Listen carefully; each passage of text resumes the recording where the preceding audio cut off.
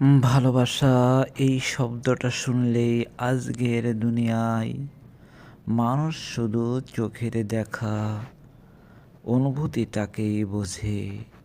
কিন্তু ইসলাম বলে ভালোবাসা শুধু অনুভূতি না, এটা ইবাদতও হতে পারে।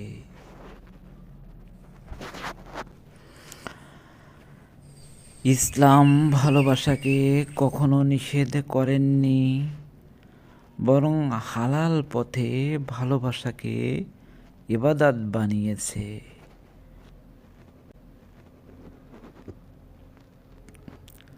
আল্লাহ বলেন, তিনি তোমাদের জন্য তোমাদের মধ্য থেকে জীবন সঙ্গী সৃষ্টি করেছেন, যাতে তোমরা তাদের কাছে প্রশান্তি পাও। সূরা রুম আয়াত নম্বর 21। স্বামী স্ত্রী একে অপরের প্রতি ভালো ব্যবহার, এটাও সদকা।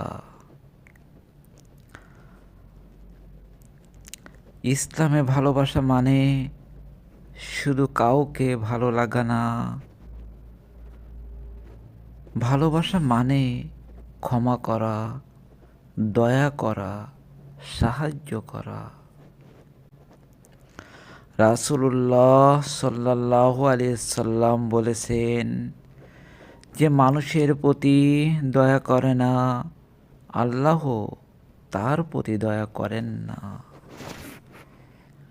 ইসলামী ভালোবাসা কখনো মানুষকে পথভ্রষ্ট করে না, বরং মানুষকে আল্লাহর কাছে নিয়ে যায়।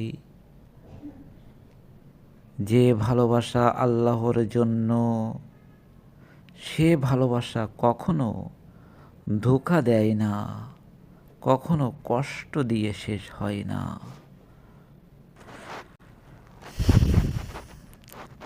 ইসলামের দৃষ্টিতে সবচেয়ে পবিত্র ভালোবাসা হলো আল্লাহর জন্য ভালোবাসা। রাসূলুল্লাহ সাল্লাল্লাহু আলাইহি সাল্লাম বলেছেন, যে দুই ব্যক্তি আল্লাহর জন্য একে অপরকে ভালোবাসে, কিয়ামতের দিন আল্লাহ তাদের নিজের আরশের ছায়ায় রাখবেন। সহিহ বুখারী ও মুসলিম।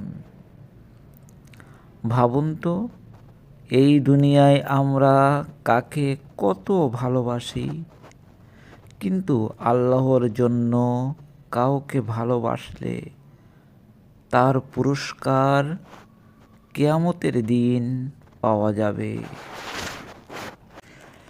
ইসলামে ভালোবাসার প্রথম জায়গা হলো আল্লাহ রব্বুল আলামিন। যে বান্দা আল্লাহকে ভালোবাসে, সে গুনাহ থেকে দূরে থাকতে পারে, দূরে থাকার চেষ্টা করে। সে নামাজে শান্তি খুঁজে পায়, কোরআনে সান্ত্বনা পায়। আল্লাহ রব্বুল আলামিন বলেন,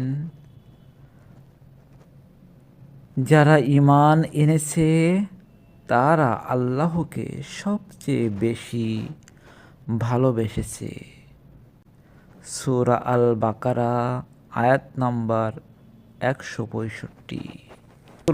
রাসূল সাল্লাল্লাহু আলাইহি সাল্লাম বলেছেন, তোমাদের কেউ মুমিন হতে পারবে না যতক্ষণ না আমি তার কাছে তার বাবা, তার মা, সন্তান ও সকল মানুষের চেয়েও প্রিয় না হই।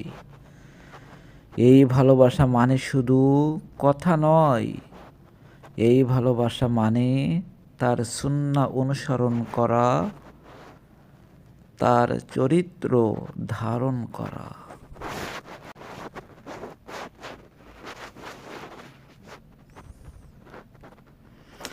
আল্লাহ আমাদের ভালোবাসাকে হালাল, পবিত্র ও জান্নাতের পথে নিয়ে যাওয়ার মতো বানিয়ে দিন। আমিন সুম্মা আমিন।